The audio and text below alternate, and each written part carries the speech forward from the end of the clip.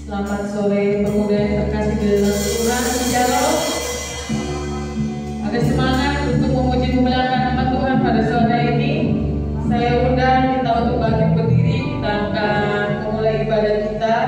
Kita akan angkat lagu penyembahan kita. Bapak Tuhan.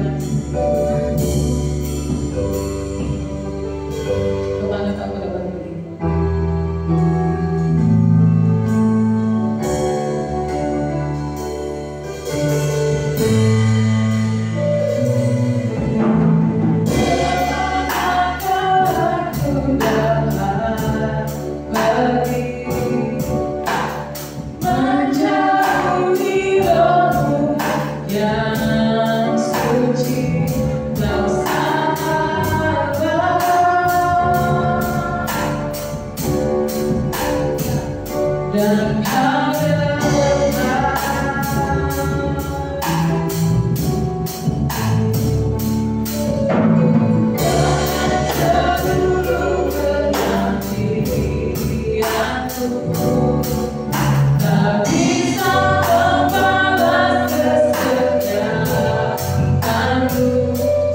Bye.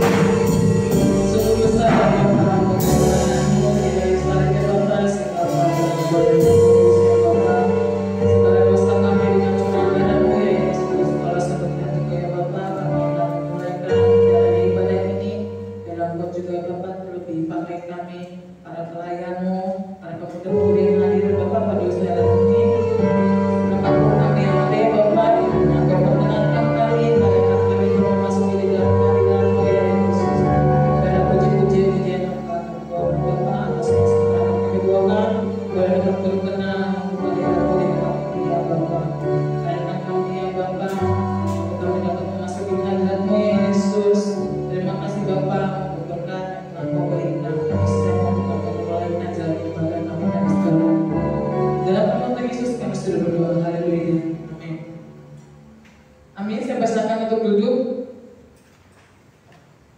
Masih semangat untuk memuji memuliakan nama Tuhan. Amin. Haleluya. Sambil duduk kita akan angkat lagu pujian kita, Datanglah Kebaiknya.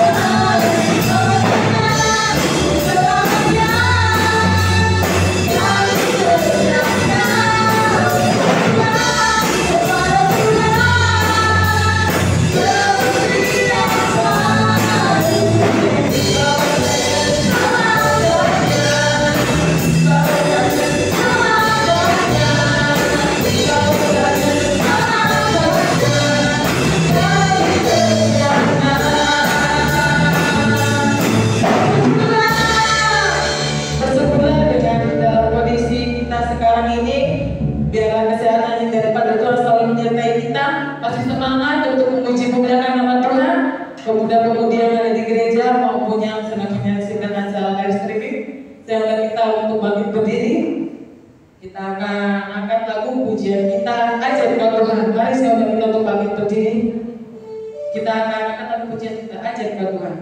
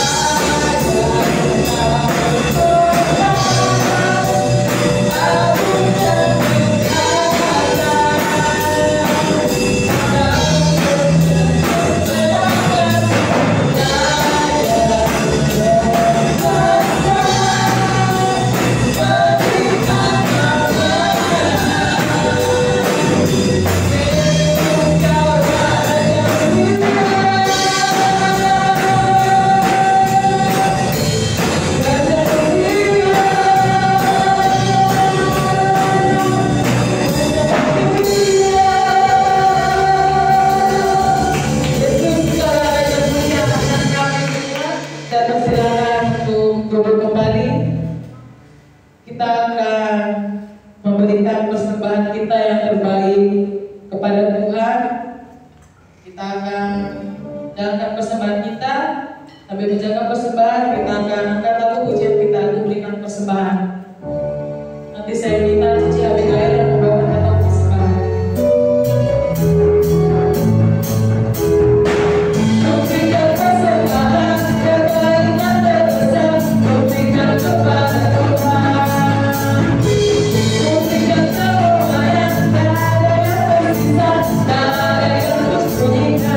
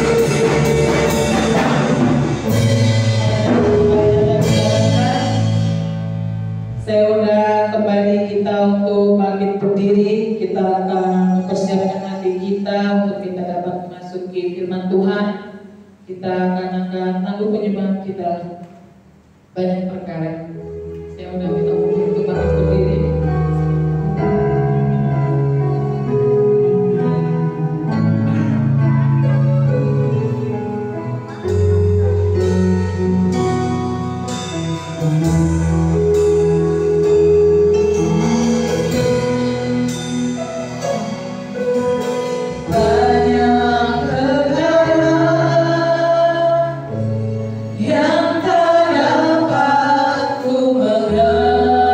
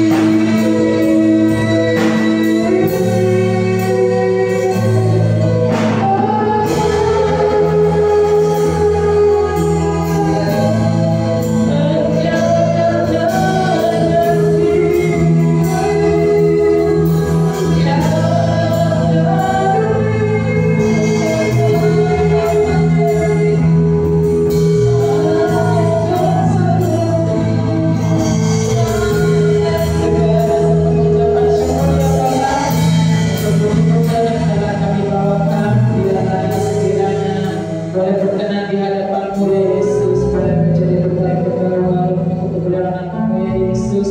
Kalau sebentar juga ya Bapa, kami akan mempersiapkan hati kami untuk kami dapat duduk diam mendengar sebagian daripada firman-Mu ya Yesus, dan Engkau tetap melalui keberkahan-Mu ya Bapa, untuk kami dapat dikemuliakan Bapa melalui firman-Mu. Tentu ya Bapa, Engkau pada setiap pendengaran kami, hati kami, bahkan pikiran kami ya Bapa, untuk kami dapat fokus terhadap firman-Mu ya Yesus, dalam firman-Mu yang Bapa setelah kami bawakan, boleh dapat berkenan, boleh dapat diberita di dalam kehidupan kami ya Bapa.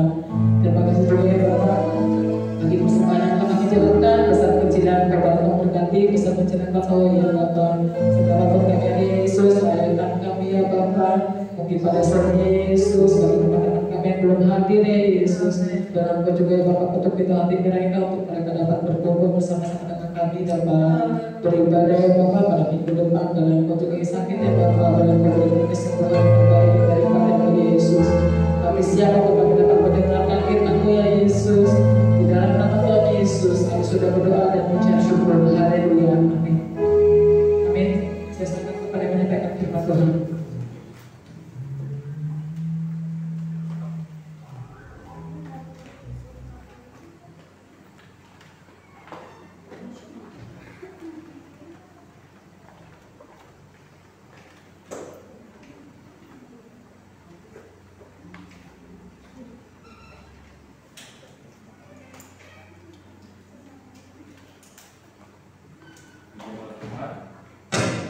Haleluya. Masih semangat? Puji Tuhan. Halo. Ini gereja penguburan. Anak muda orang tua. Jangan jauh daripada nenek-nenek semua. Gak ada yang jauh. Haleluya. Amin. Haleluya. Hal yang mau kita bicarakan pada saat ini sesuatu hal yang besar, sesuatu yang wow, sesuatu yang luar biasa. Jadi kalau respon kita nggak luar biasa, kita nggak dapat nih esensinya, kita nggak dapat. Kalau kita nggak dapat, ya udah kita nggak ada perubahan. Jadi dari hal-hal yang saya pernah bawakan, kalau kita remind, mestinya kita bisa menjadi sebuah pegangan untuk menjadi orang-orang kuat, orang-orang hebat, orang-orang yang menjadi alat pemicu untuk melakukan hal yang besar dan untuk juga bertahan, untuk juga mengenal diri. Jadi mengenal diri itu penting, melihat lingkungan itu penting, menguasai lingkungan itu penting. Jadi kalau kita nggak mengenal diri, jadinya kita minder.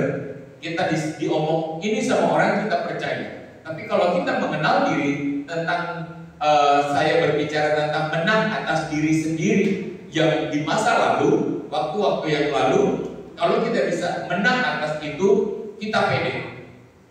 Orang pede punya pemikiran besar. Orang pede tidak akan jatuh dengan kata-kata orang lain. Orang pede tidak akan jatuh dengan kegagalan. Oke? Jadi kita perlu mengenal diri sendiri. Sekarang kita melihat keluar, berpikir keluar, berpikir hal yang lebih jauh, hal yang lebih besar. Bicara tentang big think, berpikir besar. Kenapa sih burung Raja Wali itu bisa menguasai keadaan? Kenapa burung Raja Wali bisa menguasai keadaan? Karena ketika dia terbang, dia tidak terbang di ketinggian rendah. Perhatikan baik-baik. Kenapa Raja Wali itu bisa hebat, bisa menguasai lingkungan, bisa menguasai medan keadaannya? Karena ketika dia terbang, dia nggak terbang di rendah. Bahkan dikatakan ketika badai datang, dia tenggelam di dalam badai itu dan bisa menikmati badai itu. Bahkan kalau dalam keadaan tenang, dia terbang tinggi dan tinggi dan tinggi dan tinggi dan tinggi. Yang bisa melihat dari ketinggian, dia bisa melihat ini ada di mana, itu ada di mana, jarak A dan B seperti apa, kebiasaan di bawah seperti apa. Pernah buka Google Earth? Siapa pernah buka Google Earth? Kita dari satelit bisa ngelihat lokasi dari atas sampai ke atap. Kalau sekarang malah lebih ini lagi, apa namanya itu?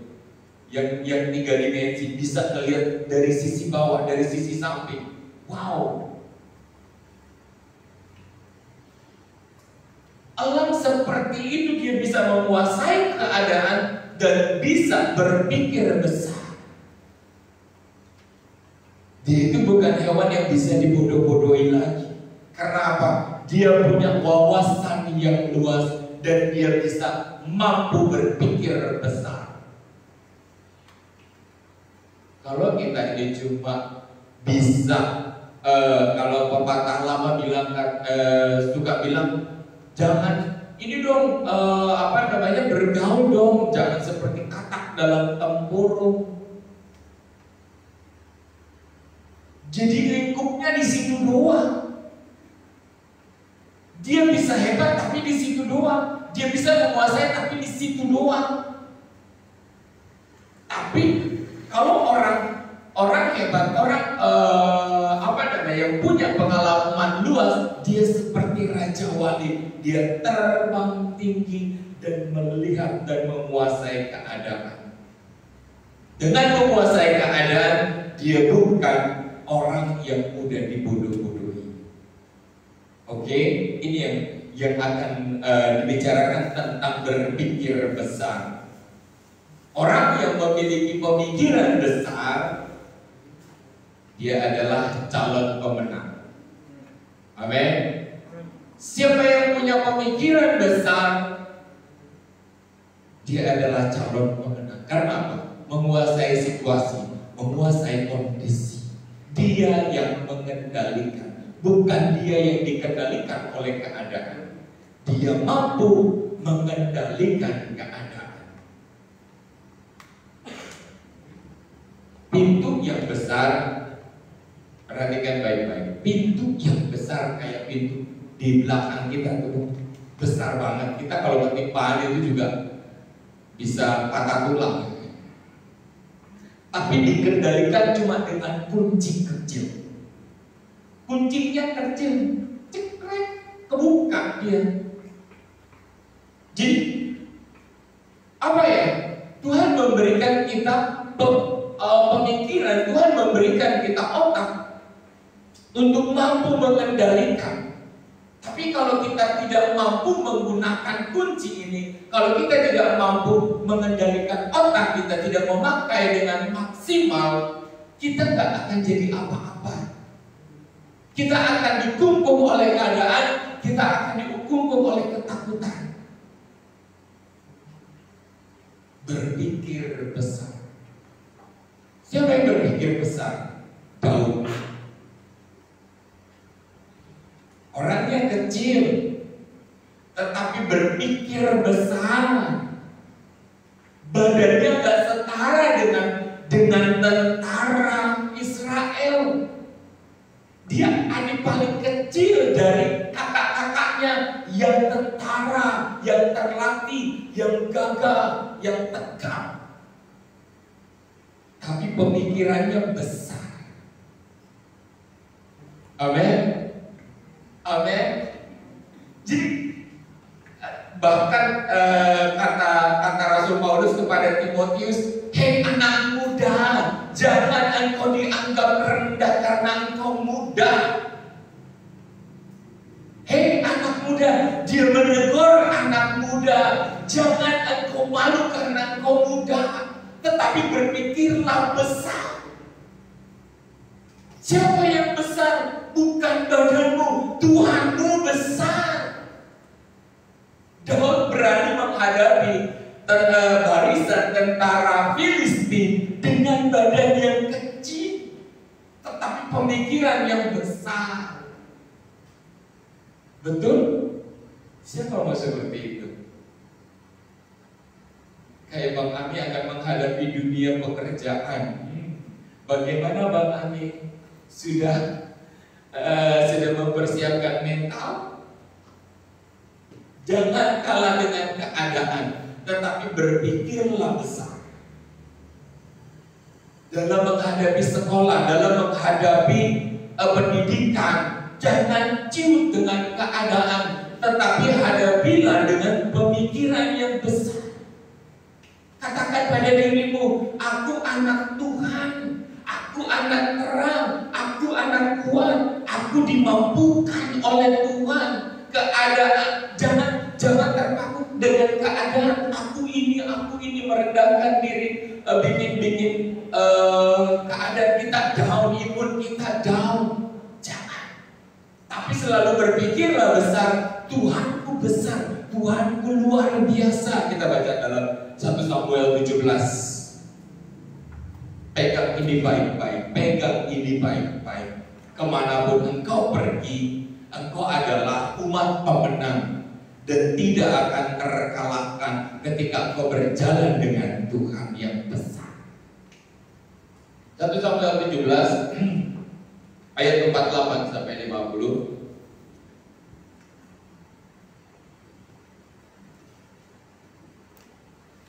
Ketika orang Filistin itu bergerak maju untuk menemui Daud, maka segeralah Daud berlari ke barisan musuh untuk menemui orang Filistin itu.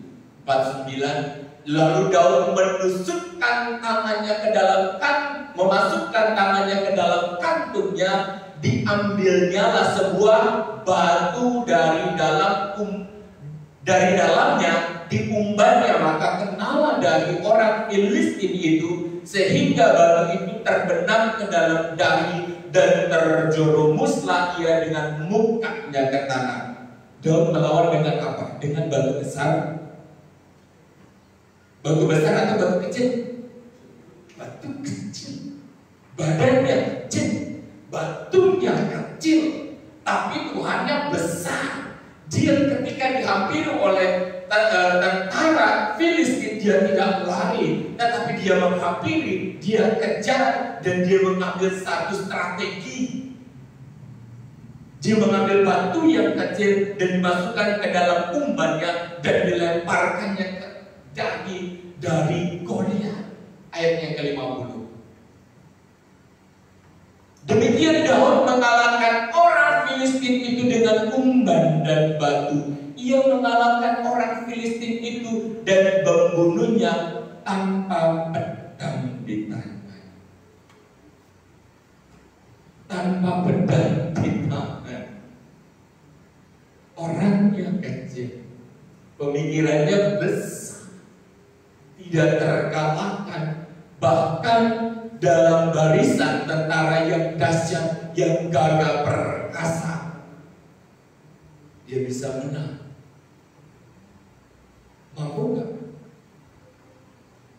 Sadar gak kita punya Tuhan yang besar? Kalau dalam diri kita gak sadar punya Tuhan yang besar, maka iblis yang akan menjatuhkan kita dan akan menginjak-injak kita dengan mengintimidasi, dengan menuduh.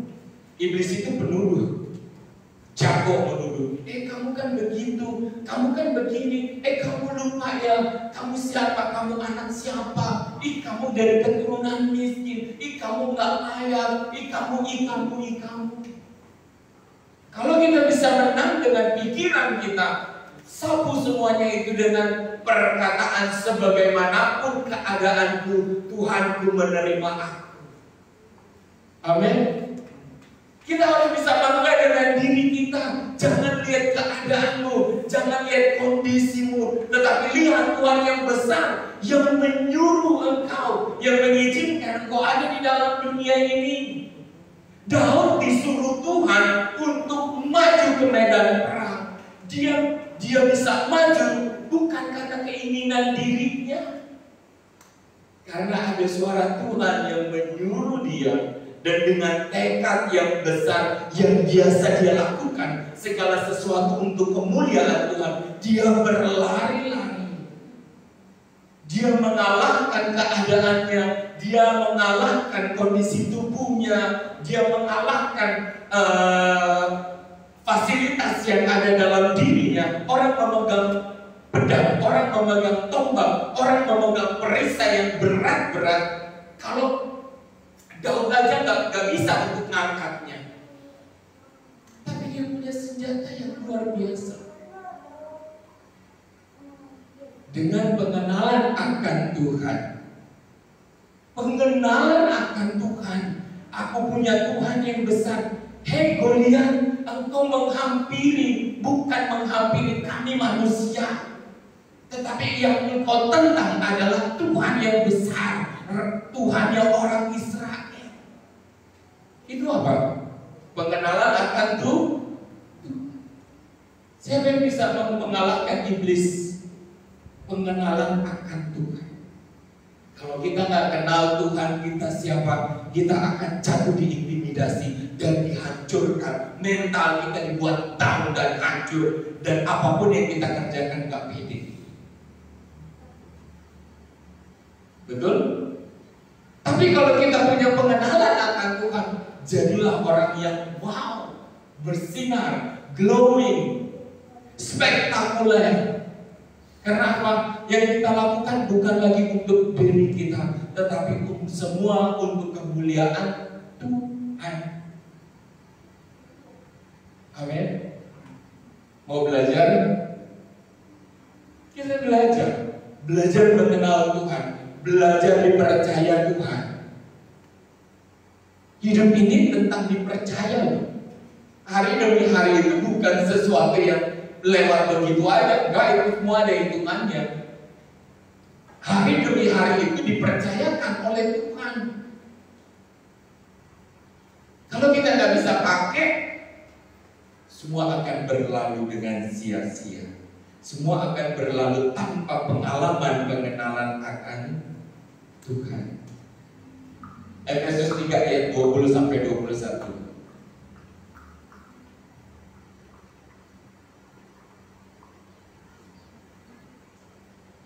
Ini yang Tuhan mau dalam kehidupan kita, dalam mengisi hidup kita, dalam mengisi semua perbuatan kita. Ini yang Tuhan mau. Dikatakan apa? Bagi Dialah yang dapat melakukan jauh lebih banyak daripada yang kita doakan atau pikirkan. Kita doakan atau pikirkan. Bagi Dialah. Terhadap Tuhanlah fokus kehidupan kita, cuma Tuhan. Bagi Dialah. Kalau kita lakukan sesuatu untuk Tuhan, jangan bawa diri kita. Kalau kita bawa diri kita selalu dalam perkara kehidupan kita, dalam pekerjaan kita, cuma sebatas itu dapatnya. Gaji bicara salary, bicara pendapatan, segitu ya segitu yang tertulis. Tetapi ketika kita menghadapi kehidupan dengan ayat ini, kita katakan dalam perjalanan kehidupan kita katakan dari apa yang kita lakukan, bagi Dialah yang dapat melakukan jauh lebih banyak dari yang kita doakan atau pikirkan. Seperti yang ternyata dari kuasa yang bekerja di dalam kita. Ada kuasa yang besar.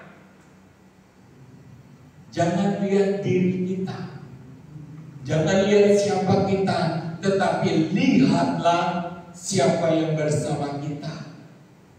Amin. Kalau kita cuma bekerja dan hanya untuk kepentingan, biar begini, biar begitu, menurut pikiran kita, jadinya seperti itu. Kita tidak akan pernah melihat keajaiban. Ayat 21. Bagi Dialah kemuliaan di dalam jemaat dan di dalam Kristus Yesus turun temurun sampai selama-lamanya.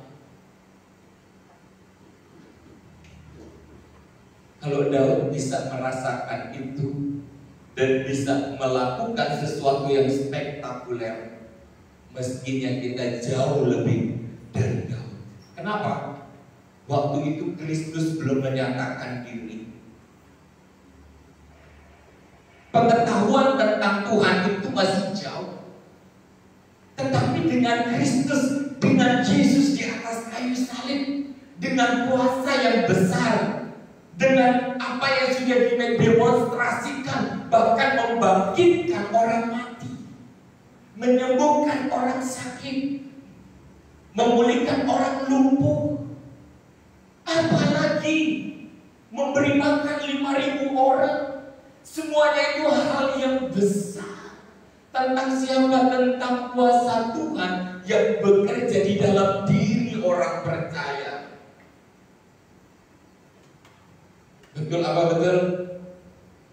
Tapi kita selalu jatuh di dalam intimidasi iblis yang selalu berkata, hei kau bukan siapa-siapa, hei kau tidak bisa berbuat apa-apa, hei kau orang berdosa, hei engkau pewaris daripada maut sama dengan aku.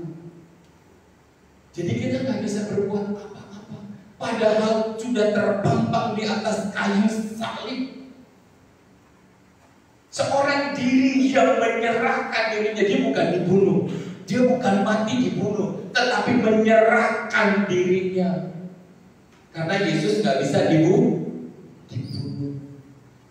tetapi dia menyerahkan dirinya untuk mengalami kematian seperti manusia. Kalau mau dibunuh sudah sejak lama bisa dibunuh, tetapi Yesus itu adalah Tuhan. Karena pada waktunya, karena memang sudah waktunya tiba, Tuhan katakan waktunya sudah tiba. Dia yang menyerahkan nyawanya, bukan dibunuh. Tuhan yang besar, yang sudah mendemonstrasikan untuk memperlihatkan keilahian itu kepada mata setiap manusia. Untuk berkata, hei bangkit manusia, bangkit. Jangan mau terpuruk dengan keadaanmu. Si iblis yang mengintimidasimu, yang menjudge engkau, menghakimi engkau setiap saat, setiap waktu, agar engkau tidak bangkit dari keadaanmu. Alasan miskin lah, alasan jelek lah, alasan itulah, alasan dan segala macam. Iblis mendakwa, iblis menghakimi. Kalahkan dengan pengenalan akan Tuhan. Katakan Tuhanku besar. Setiap engkau bangun pagi, anak-anak muda perhatikan. Setiap engkau bangun pagi, katakan Allahku besar, Tuhanku besar, Tuhanku dahsyat. Ketika kita memperkatakan perkataan ini, intimidasi iblis akan jatuh. Kenapa? Kalau intimidasi iblis ini sampai, panahnya itu sampai ke kepala kita, pikiran kita setiap saat, kita nggak jadi apa-apa. Kita mau melakukan ini takut, berbuat ini takut, mau melakukan itu malu, malu, takut, nggak enak, semua nggak jadi. Tetapi ketika kita berkata, Allahku dahsyat, Allahku hebat, Allahku kuat, Allahku heran, untuk mematahkan kuasa-kuasa iblis yang datang mendakwa setiap hari, setiap waktu.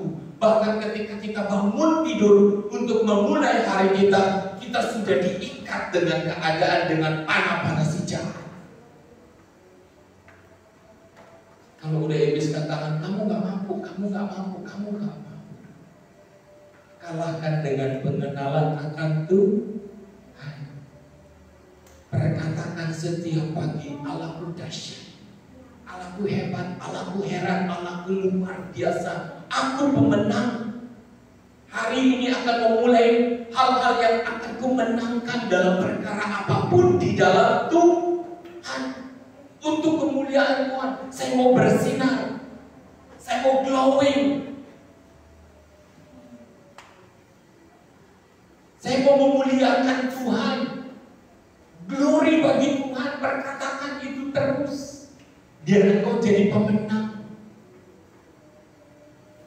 Gak sadar manusia itu selalu lalai dengan waktu, dengan intimidasi si iblis. Sampai tahu-tahu kita udah tua, udah umur 40, udah umur 50 ya. Kok saya belum berbuat apa-apa ya? Itu kerjaan si iblis yang mendakwa. Itu kerjaan si iblis yang mengikat manusia. Apalagi yang kemana-mana bawa pikiran sendiri. Aku ya Tuhan, kok cuma begini Tuhan?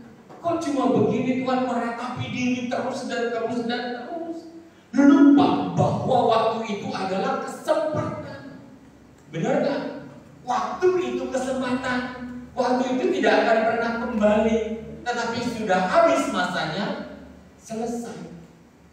Kalau kita lupa berbuat sesuatu, kayak orang ujian, lulus gak lulus kumpul apa? Selesai gak selesai kumpulkan.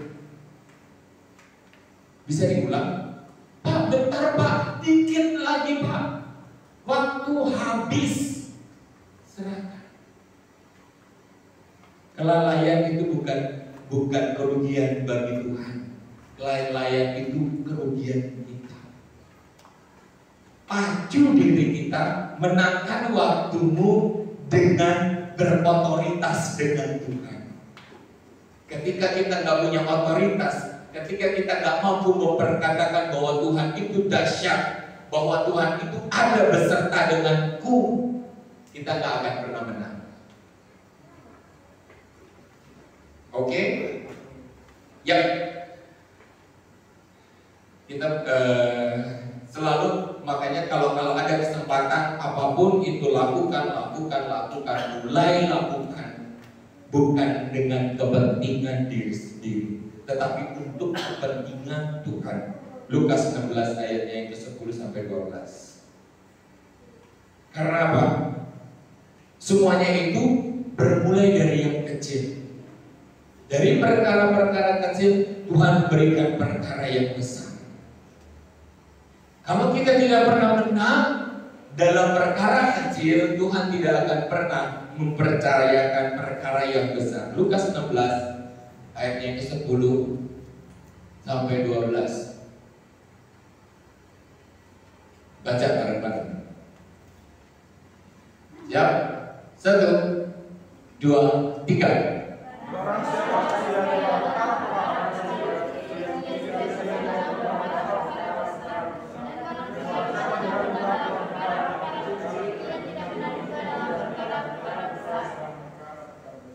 Barang siapa setia dalam perkara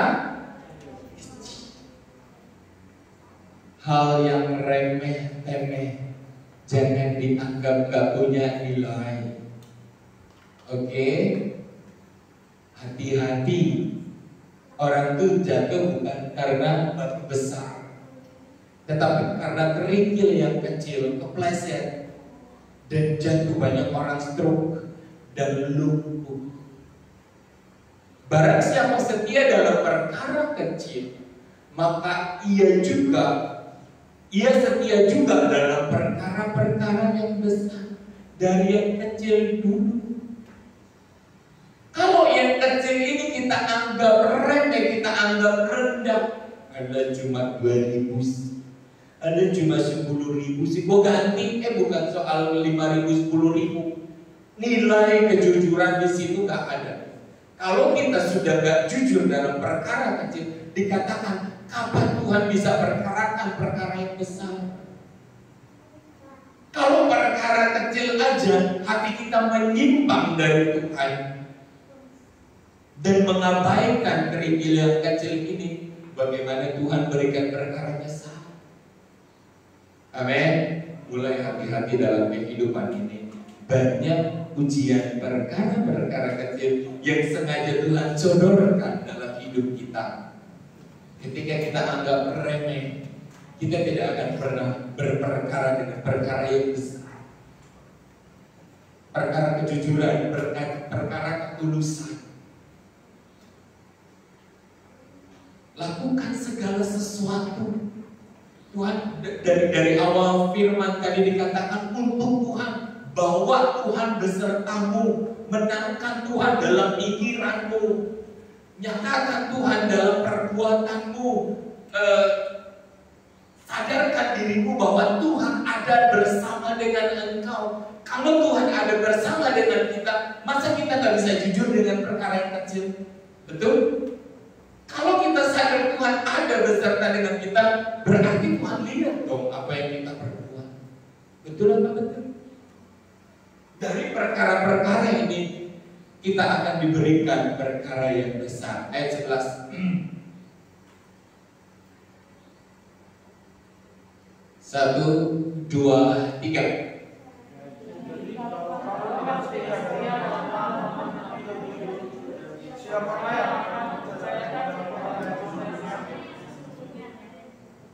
Ayat 12, 1, 2, 3.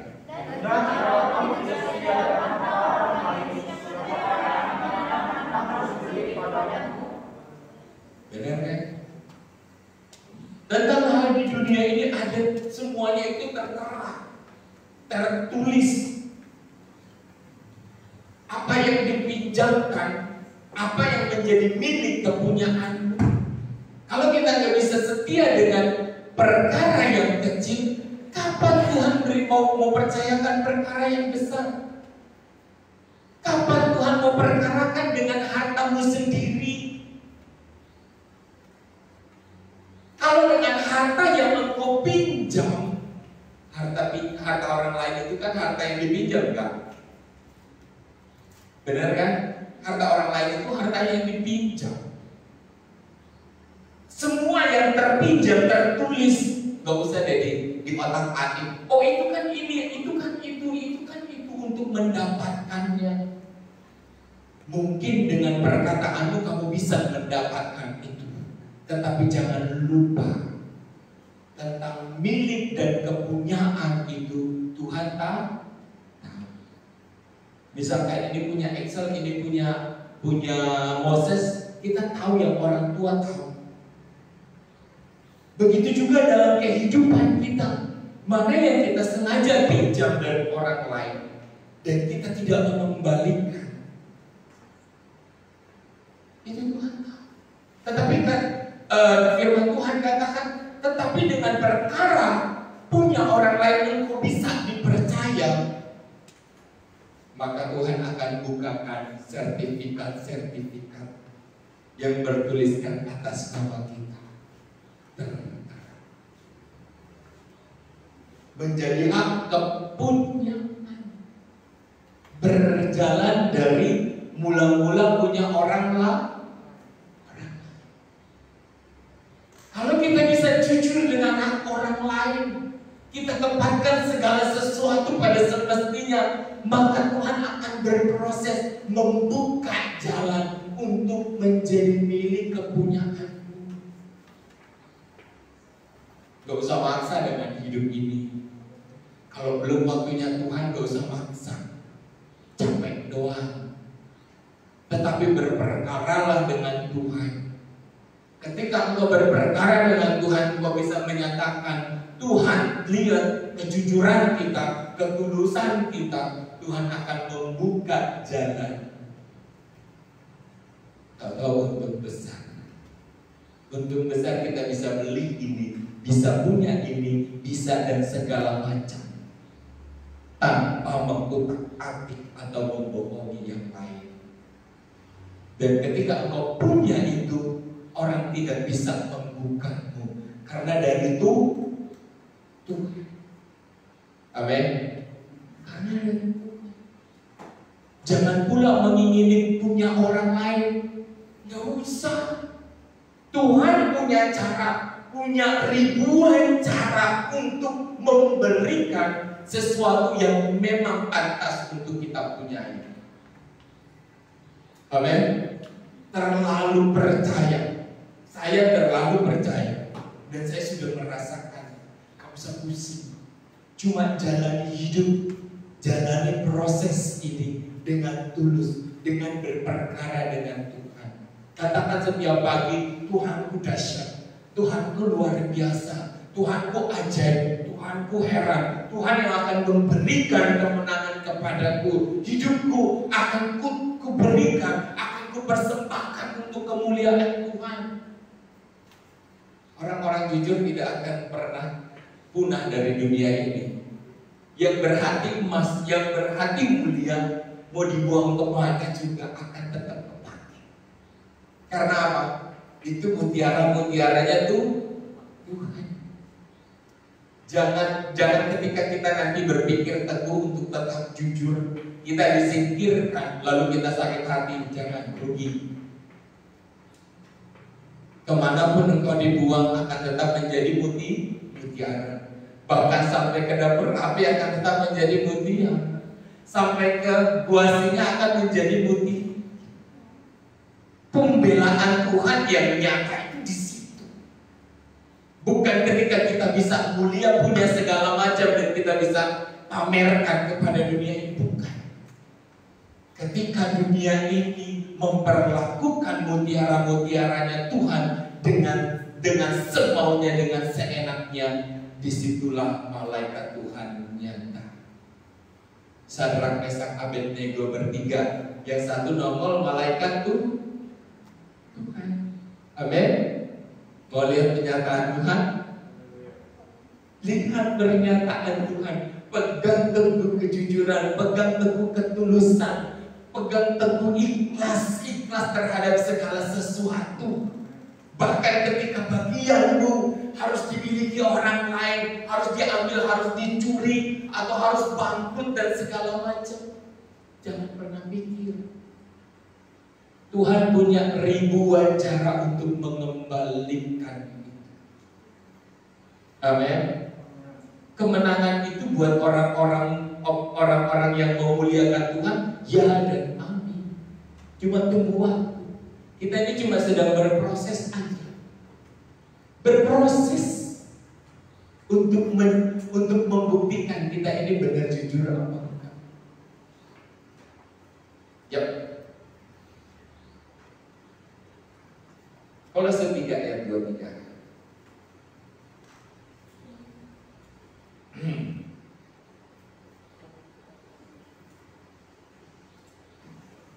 Kolose 3 ayat 23. Ini kunci yang saya bilang tadi. Untuk membuka pintu yang besar, gak butuh badan besar, gak butuh orang banyak, cuma butuh kunci. Pengen Tuhan berpihak sama kita? Kepengen Tuhan yang besar berpihak sama kita? Kalau Tuhan yang besar itu berpihak sama kita, apapun yang dilakukan tanganmu akan berhasil. Apapun yang engkau tanam akan berbuah. Apapun yang engkau tabur ke tanah, dia akan mengeluarkan, berbalik, tumbuh dan memberikan hasil yang berlimpah-limpah. Kuncinya satu. Ya, Kolose 3 ayat 23. 1, 2, 3. Apapun juga yang kamu berbuat, buatlah yang segenap hatimu seperti untuk Tuhan dan bukan untuk manusia. Seperti untuk Tuhan. Ketika kita nih di dunia ini harus hebat, bukan untuk menunjukkan kita hebat. Ketika di dalam dunia ini kita miskin, jangan pernah merasa sedih. Karena Tuhan yang mengizinkan. Dan ketika engkau diizinkan Tuhan berkelimpahan dan kaya di dalam dunia ini, jangan engkau sombong. Segala kemampuan yang harus kita gali dalam hidup ini cuma untuk membuka potensi kok. Potensi apa? Ketemu sama orang dan berbicara tentang Tuhan Yesus. Membuka kesempatan. Membuka kesempatan untuk berbicara dengan orang lain. Saya bisa musik. Saya ingat banget waktu ketemu Ko Agus ya. Kita bicara musik yang saya tahu mukanya itu sumringah banget ketika ngomongin musik. Kok katanya bisa musik? Enggak. Saya cuma biasa aja. Jangan-jangan pro nih, saya bilang gitu. Akhirnya dengan omongan tentang musik ini dia terbuka. Iya, di gereja ada alat musik apa? Mereknya apa? Saya pinter. Ditanyain merek. Dan akhirnya kita bicara tentang musik. Kenapa kita harus bisa bicara tentang bisnis? Kita bisa menjangkau orang-orang yang jauh dari Tuhan di dalam dunia bisnis. Kenapa kita harus bisa memiliki sesuatu? Jangan-jangan kita harus ada di dalam kalangan orang yang berduit untuk berbicara tentang Tuhan, bukan untuk pamer kekayaan. Saya ada, saya bisa, bukan. Tetapi membuka peluang sebesar-besarnya untuk berbicara tentang Tuhan. Itu tugas orang percaya. Amin. Kekayaan, talenta, semuanya itu akan ditinggalkan. Tetapi setiap perkataanmu yang engkau berbicara tentang Yesus kepada semua orang, itu merupakan sebuah tuaian besar yang menjadi batu permata di dalam mahkotamu. Bukan tentang kekayaan yang kau raih di dalam dunia ini. Bukan tentang prestasi yang kau raih dalam dunia ini. Juara apapun engkau, prestasi apapun engkau, kalau engkau bisa dalam segala segi dalam dunia ini, olimpiade, dalam segala hal apapun itu, untuk punya kesempatan ketemu dengan orang lain, berbicara tentang Yesus, bukan tentang hal memiliki. Karena waktu ini adalah waktu Tuhan. Waktu ini adalah kesempatan. Apapun juga yang kamu perbuat, perbuatlah dengan segenap hatimu. Bukan untuk dirimu, bukan untuk menyombongkan diri, bukan untuk pamer, tetapi dikatakan seperti untuk Tuhan. Wow. Dalam bidang pekerjaan, dalam bidang sekolah, dalam bidang pendidikan, dalam bidang pertemanan, dalam bidang sosialita, panenlah jiwa-jiwa, berbicara tentang jiwa-jiwa, berbicaralah tentang keselamatan. Saya orang percetakan, saya nggak pernah menyatakan diri, oh saya pendeta, nggak pernah. Tapi satu ketika saya dihadiahi yang poster tentang Tuhan Yesus tuh, Pak Erwin, ini hadiah ini dari kami, katanya gitu. Kepala marketingnya perusahaan Nusantara ini, dia kasih saya 4 kalau nggak salah. Ini Pak Erwin, saya saya bergetar. Kenapa saya dikasih ini gitu? Saya nggak pernah memperkenalkan diri saya siapa. Tapi, Bu, kok saya dikasih ini? Saya bilang. Sama saking herannya, mulut saya nyeletuk. Bu tahu kalau saya pendeta. Kayaknya sih saya tahu kata dia begitu. Jadi menurut perkiraan dia dan menurut segala pernah kejadian yang pernah terjadi, kan banyak di ketika cetak itu kan banyak kesalahan. Gak apa-apa Bu, selalu jawabnya gak apa-apa, udah gak apa-apa. Kesalahan, kenapa? Ketika salah cetak itu, kalau saya komplain, yang kena, yang nombokin itu karyawannya. Misalkan cetakan saya gagal 7 juta, itu 7 juta itu akan ditutupi oleh dari gaji karyawan. Saya bilang gak apa-apa, udah gak apa-apa, seberapa bisa saya pakai akan saya pakai. Dia bingung, orang apa kok baik begini? Biasanya dituntut. Perusahaan enggak, ganti, harus jadi seperti yang saya order PO saya seperti ini. Seringkali saya begitu, sampai dia pikir itu orangnya baik. Sampai waktu saya ngomong begitu, iya sih, menurut perkiraan saya Bapak begitu, Bapak pendeta. Sampai saya sendiri nangis, kok saya dihadiahi ini. Lalu saya berpikir, oh ya, ini buat lelang, buat gereja. Jadi dalam segala hal, bidang apapun pekerjaanmu, nyatakan Tuhan. Tuhan bisa pakai. Tuhan bisa nyatakan dirinya. Jangan ragu, oh ini sekuler, ini rohani. Jangan pernah risau tentang itu. segala sesuatu bukan untuk dirimu tetapi untuk Tuhan. Amin. Kita kunci firman ini dan kita tutup firman. Kita naikkan pujian kita.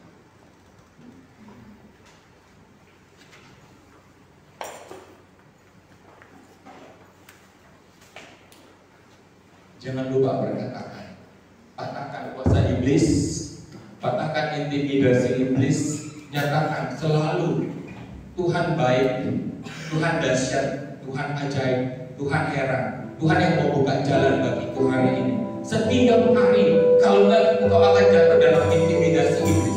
Ketika engkau jatuh dalam intimidasi iblis, kita nggak bisa berbuat apa-apa di dalam dunia ini. Benar. Tetapi jadilah seperti Daud. Sampai dalam masa keadaannya yang masih muda, dia bisa glory berguna untuk menyatakan kemuliaan Tuhan. Karena apapun tidak mengenal akan Tuhan, ketulusan, lakukan segala sesuatu untuk kemuliaan Tuhan, lakukan segala sesuatu untuk hormat, untuk kebesaran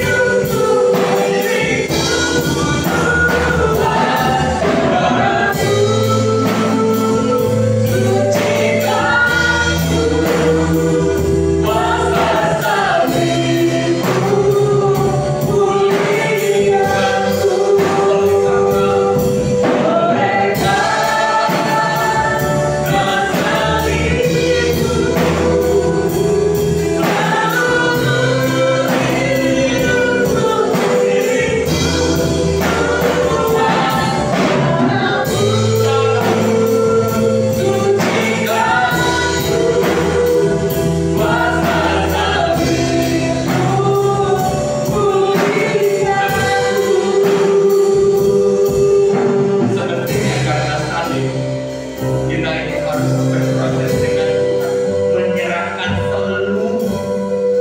Siapa yang bisa berproses dengan Tuhan untuk menyerahkan seluruh kehidupannya kepada Tuhan, menjadi alatnya Tuhan. Disitulah Tuhan mau berpihak paling besar, kuasanya, bagian dari dalam Tuhan akan berikan. Tetapi ketika kita selalu berpegang hidup kita dengan keinginan kita,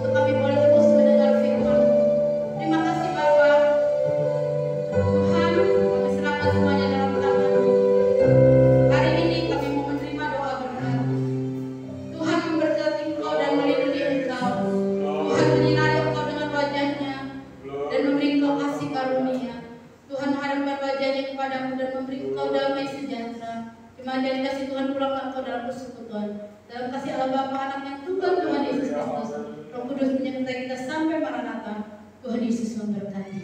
Amin.